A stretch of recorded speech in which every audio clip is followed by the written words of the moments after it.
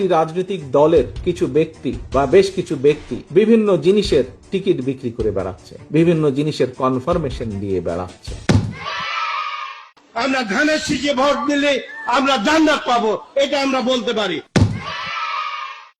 সেই প্রেসিডেন্ট উত্তরসূরি তারেক রহমান, তার নামটি উচ্চারণ করতে হলে উঁচু করে করবেন।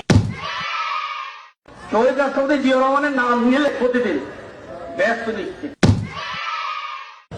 বেগম খালেদা জিয়া যার নাম উচ্চারণ করলে মুখটা পবিত্র হয়ে যায়।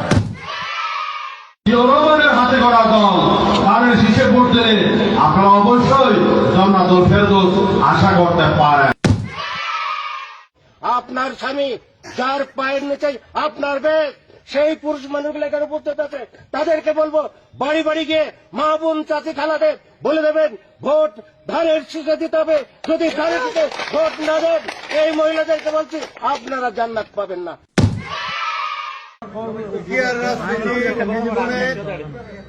আমি মক্কা মনে করি সাধারণ তুদুরির এই বাড়িটাকে। যারা পাল্লা মার্কে ভোট দিবে বরং এরা দুযোগে যাওয়ার সম্ভাবনা বেশি।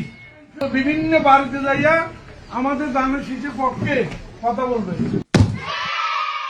নেতা এই হযরত ওমর রাদিয়াল্লাহু আনহু চার খলিফার এক খলিফা, আমার নেতা শহীদ প্রেসিডেন্ট জিয়া রহমান চার খলিফার মতো একজন, আমার নেতা তারেক রহমান, হযরত আলী রাদিয়াল্লাহু আনহু, আমার নেতা মা ফাতেমা বেগম খালেদা জিয়া।